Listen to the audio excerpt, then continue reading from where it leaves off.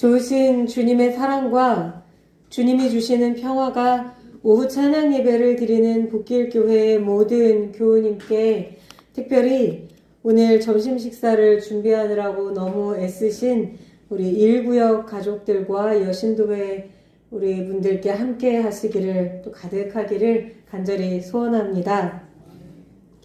지난 시간에는 모세가 미디안으로 도피하여 그곳에서 살게 되는 과정을 함께 살펴보았습니다. 출애굽기 2장은 다음과 같은 말씀으로 끝납니다. 출애굽기 2장 23절에서 25절까지의 말씀입니다. 여러 해 후에 애굽 왕은 죽었고 이스라엘 자손은 고된 노동으로 말미암아 탄식하며 부르짖으니 그 고된 노동으로 말미암아 부르짖는 소리가 하나님께 상달된지라. 하나님이 그들의 고통 소리를 들으시고 하나님이 아브라함과 이삭과 야곱에게 세운 그의 언약을 기억하사 하나님이 이스라엘 자손을 돌보셨고 하나님이 그들을 기억하셨더라. 출애굽기 2장의 이 마지막 부분은 굉장히 중요한 정보를 출애굽기를 읽는 우리에게 주면서 동시에 엄청난 전환점이 되고 있습니다. 우선 모세가 애굽에서 미디안으로 달아나고 세월이 상당히 흘러서 그때까지 애굽을 다스리던 왕이 죽었습니다. 압제자가 한 명 사라진 것입니다. 그럼에도 이스라엘 자손의 고통은 끝나지 않았습니다. 새 왕이 등극하였으나 그 새 왕 역시 이스라엘 자손을 가혹하게 노예로 부린 것입니다. 이제 이스라엘 자손은 탄식하며 부르짖었습니다. 그들이 부르짖는 소리는 결국 하나님께 가 닿게 됩니다. 우리말 성경은 이 부분에서 똑같이 부르짖다로 번역을 했지만 원문으로 보면 이 두 개의 단어는 서로 다른 단어입니다. 첫 번째, 탄식하며 부르짖었다고 할 때 이 부르짖다는 애굽의 압제와 종살이로 인하여서 이스라엘 자손이 신음하고 도움을 요청하며 절규했다는 뜻에 가깝습니다. 제발 저를 좀 도와주세요. 살려주세요. 이제 더는 못 살겠습니다. 이렇게 호소하였다는 뜻이지요. 두 번째 나오는 부르짖다는 하늘을 향해서 자신의 억울함을 호소하며 정의를 요구했다는 뜻입니다. 이는 단순히 노예살이가 너무 힘들어서 이스라엘 자손이 서러워하고 가슴 아파했다는 정도의 감정을 나타내는 말이 아닙니다. 이스라엘 자손은 이제 감정적으로도 너무 힘듭니다. 못 살겠어요. 제가 이러다가는 죽겠습니다. 라고 하늘에 호소하고 있지만 이제 그 단계를 넘어서서 이제 그들의 고난과 고통을 하늘에 호소하고 이제 하나님께서 직접 개입하셔서 이 불의한 상태를 판결해 주십시오. 우리의 억울함을 이제 갚아주십시오. 라고 직접 판결하여 주시기를 하늘에 요청하고 있는 것입니다. 강청하고 있는 거예요. 이는 마치 재판정에서 자신의 억울함을 호소하고 있는 사람의 모습을 연상시킵니다. 심판에서의 있던 어떤 재판의 동정이 아니라 정확하게 유무죄를 가려서 불의한 자에게는 심판을, 억압당한 자에게는 구원을 주시라고 하는 요청인 것입니다. 이런 강청에 드디어 하나님이 응답하십니다. 출애굽기 2장 24절과 25절은 이러한 이스라엘 자손의 애끓는 기도에 하나님이 어떻게 응답하시는가를 자세히 설명하고 있습니다. 하나님은 그들의 고통 소리를 들으시고 그들의 조상과 세우신 언약을 기억하시고 이스라엘 자손을 돌보시고 마침내 그들을 기억하셨습니다. 하나님은 일단 이스라엘이 고통에 신음하는 소리와 정의를 세워주시라는 간절한 호소를 들으셨습니다. 그런데 이때 하나님이 들으셨다고 할 때 이 들음은 그저 귀에 들려오는 소리라서 듣고 흘리는 것이 아니라 주의 깊게 경청하여서 그 소리를 하나님의 몸, 하나님께 몸이 있다면 말입니다. 하나님의 몸과 마음 그리고 하나님의 존재 전체에 받아들이셨다는 의미입니다. 하나님께서 들으시고 이스라엘의 고통을 하나님의 고통으로 체화하셨다는 뜻입니다. 이 듣다라고 하는 단어가 구약 성경에서 가장 중요하게 쓰이는 본문을 찾아보라면 바로 신명기 6장 4절부터 5절까지 말씀이 아닐까 싶습니다. 신명기 6장 4절에서 5절의 말씀은 이렇게 말씀합니다. 이스라엘아 들으라. 우리 하나님 여호와는 오직 유일한 여호와시니 너는 마음을 다하고 뜻을 다하고 힘을 다하여 내 하나님 여호와를 사랑하라.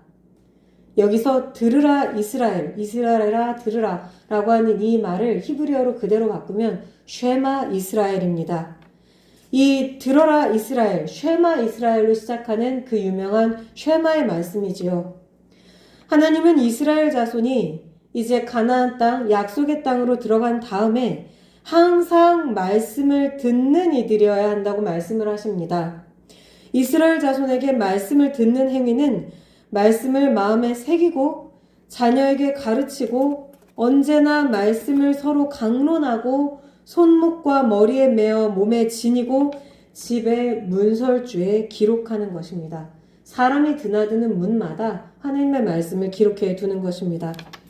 이렇게 살아가는 곳곳에 말씀을 두고 말씀을 자신의 몸으로 체화하며 살아가는 것이 바로 말씀을 듣는다는 이 말의 진정한 의미입니다. 하나님은 그분의 백성에게 말씀을 듣는 자로 살아가기를 이렇게 명백하게 요구하셨습니다. 그런데 여기서 우리가 눈여겨보아야 하는 점이 하나 있습니다. 하나님은 이렇게 하나님의 백성에게 말씀을 들으라, 쉐마 이스라엘이라고 명령하시기 전에 하나님이 먼저 고통당하는 인간의 소리를 들어주셨다는 사실입니다. 하나님이 고통당하는 이스라엘의 호소를 들으시고 그 고통을 하나님 자신의 것으로 받아들였다는 것이지요. 그렇게 해서 이스라엘 자손의 억울함에 깊이 공감하셨습니다. 또 학대당한 이스라엘 자손의 신음을 하나님 자신의 고통으로 받아들이셨던 것입니다. 그리고 이 들음에서부터 하나님의 다음 행동이 이어집니다. 이제 하나님은 이스라엘 자손의 조상과 맺은 언약을 기억하셨습니다. 여기에서 기억하셨다는 말은 하나님께서 그 계약의 이행자로서 하나님이 스스로 그 계약을 이행할 의무를 짊어지셨다는 말입니다. 하나님께서 자기 자신에게 스스로 계약 이행의 족쇄를 채우셨다는 것입니다. 기꺼이 말이죠. 그러고는 이스라엘 자손의 고통의 현장으로 직접 내려와서 이스라엘 자손의 고통을 살펴보셨습니다. 마치 법관이 범죄 현장을 세세히 살피듯 하나님은 이스라엘 자손의 고통과 애굽의 압제를 철저히 살펴보셨습니다. 그리고 마침내 하나님은 그들을 기억하셨습니다. 우리말 성경에서는 똑같이 기억하다고 번역을 했는데 이 마지막에 나오는 기억하셨다고 하는 말을 히브리어 원문에서 보면 더 정확하게 이 말의 뜻은 하나님이 그들을 아셨다입니다. 하나님께서 들으시고 기억하시고 살펴보신 결과 이스라엘 자손을 아셨다라고 하는 말입니다. 이 히브리어에서 보다라고 하는 말이 현장에서 직접 대면하여서 보는 것을 의미하듯 알다라는 동사도 경험을 통하여서 그 사람 혹은 그 존재를 알게 된다는 의미를 담고 있습니다. 하나님이 역시 몸소 이스라엘 자손의 고통을 체험하여 아셨다는 의미입니다. 이 출애굽기에서 나타나시는 하나님, 출애굽기의 모습을 드러내시는 하나님은 이렇게 애굽의 입장이 아니라 전적으로 고된 노예살이에 시달리는 이스라엘 자손의 편에서 이 모든 상황을 검토해 보고 계십니다. 이 말씀을 보면 이제 약간 다른 이야기이긴 하지만 일제강점기가 길어지면서 교회가 당했던 억압과 핍박의 상황을 생각해 보게 됩니다. 일제강점기가 길어지면서 일본 제국주의는 결국 우리나라의 모든 것을 검열하고 통제하고 관리 감독하는 가운데 교회까지 통제하는 일이 일어났습니다. 이 일본 제국주의가 교회를 통제하면서 가장 공들였던 일 중 하나가 바로 일본의 제국주의 지배가 정당하지 못하다. 일본이 우리나라 사람들에게 지금 악행을 저지르고 있다고 하는 사실을 일깨우는 설교를 교회에서 하지 못하도록 만드는 것이었습니다.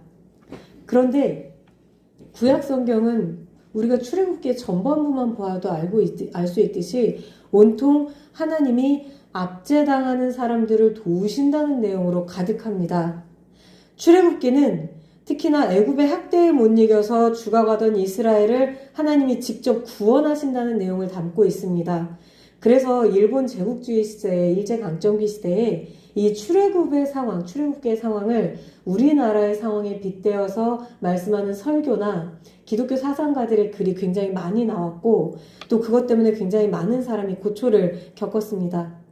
이런 이유로 일제강점기에는 구약설교, 특히 예언서나 출애굽기를 설교하는 것이 굉장히 엄격하게 금지되었습니다.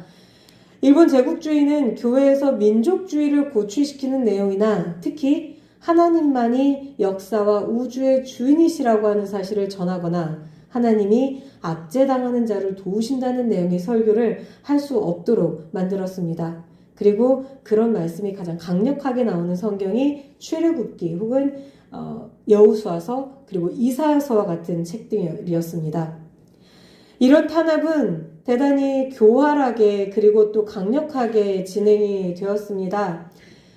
교회에는 주일에 경찰들이 칼을 차고 들어와서 뒤에 앉아 있어서 감시를 하기도 했고 또 자신들의 끈앞풀을 교회에 풀어서 설교를 다 적어와서 감시하기도 했습니다. 그래서 혹여 출애굽기 본문을 가지고 설교를 하거나 다른 본문의 설교라고 하더라도 이 저항적인 내용의 설교가 나오면 곧바로 그 자리에 있던 순사가 즉시 예배를 중지하는 일이 비일비재하게 일어났다고 하죠. 또 이렇게 몰래 설교를 기록하거나 교회에서 나오는 그런 성경 공부 시간에 나오는 얘기들을 몰래 순사들에게 전달을 하면 그런 사람들이 있으면 나중에 그 보고를 받은 일본 순사들이 교회를 덮치는 일도 잦았다고 합니다. 출애굽기의 앞부분만 잠깐 보아도 일본의 제국주의가 출애굽기를 얼마나 싫어하고 두려워하였을지 상상할 수 있을 듯합니다. 이렇게 원래 성경은 죄악과 불의로 가득한 세상을 밑바닥부터 흔드는 책이었습니다. 말씀을 듣고 기억하고 마음에 품고 사는 사람, 또 고통 없이가 아니라 고통 가운데서도 하나님을 찾는 사람의 손에 성경이 들려 있을 때 그 성경을 읽는 사람들이 그래서 날로 늘어날 때 바로 하나님께서 그 자리에서 움직이신다고 하는 사실을 우리가 기억해야만 하겠습니다. 출애굽기 2장은 드디어 하나님이 전면에 등장하시면서 끝납니다. 우리는 1장과 2장의 앞부분에서는 하나님이 직접 말씀을 하시거나 나타나시는 것을 보지 못하였습니다. 성경은 일어나는 일들을 통하여서 이 모든 사건의 배후에 계신 하나님을 유추하고 결국 이것이 하나님께서 하시는 일이었구나 이렇게 고백하도록 우리를 이끌어 갔지요. 그러나 이제부터는 출애굽기의 뒷부분부터는 2장의 뒷부분부터는 하나님이 직접 말씀하시고 일하기 시작하십니다. 어떻게 일하시기 시작하십니까? 바로 모세에게 말씀하시고 모세를 통해서 일하십니다. 출애굽기 3장은 이렇게 시작합니다.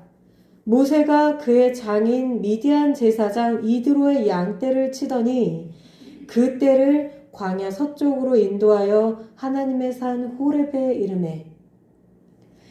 미디안 땅에서 모세는 40년의 세월 동안 장인의 양을 치는 목자로 살았습니다. 그러다가 양떼를 이끌고 하나님의 산 호렙에 이르렀습니다. 미디안에서 모세는 자신을 정처 없는 나그네로 여기며 살았습니다.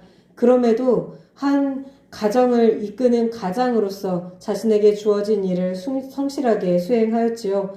그 결과 어느 날 그는 하나님의 산 호렙까지 가게 되었고 거기서 하나님을 만났습니다. 그가 양떼를 이끌고 간 것처럼 보이지만 사실은 하나님의 산인 호렙으로 올 수밖에 없도록 모세를 인도하신 것입니다. 이 점은 다음 시간에 이어서 조금 더 살펴보도록 하겠습니다. 오늘 말씀을 마무리하면서 우리는 우리 자신에게 물어볼 수 있어야 합니다. 나에게 하나님의 말씀은, 또 내 손에 들려있는 이 성경은 얼마나 큰 힘을 가지고 있을까? 오랜 역사 속에서 신앙의 선배들에게 그러하였듯 오늘날 하나님의 말씀은 과연 내 삶을 근본적으로 흔드는 힘이 되고 있는가 하는 사실을 말입니다. 아울러 이스라엘 자손의 고통에 하나님이 응답하셨던 것처럼 하나님이 우리의 목소리를 들어주셨던 시간도 회상해 보실 수 있기를 바랍니다. 우리가 가장 외로울 때, 또 가장 서러울 때 하나님은 우리의 가장 깊은 심령에 말씀하시고 우리에게 소망을 주셨습니다. 또 지금도 그렇게 우리에게 말씀하시기 위하여서 여러 가지 모습으로 우리에게 하나님의 음성을 들려주고 계십니다. 하나님의 이 깊은 위로와 또 도전의 말씀이 우리 가운데 다시 한번 메아리칠 수 있기를, 또 이런 위로와 도전 속에서 한 주간 새 힘을 얻고 살아가실 수 있는 복길교회의 모든 교우님 되시기를 이 시간 간절히 소원합니다. 함께 기도하시겠습니다.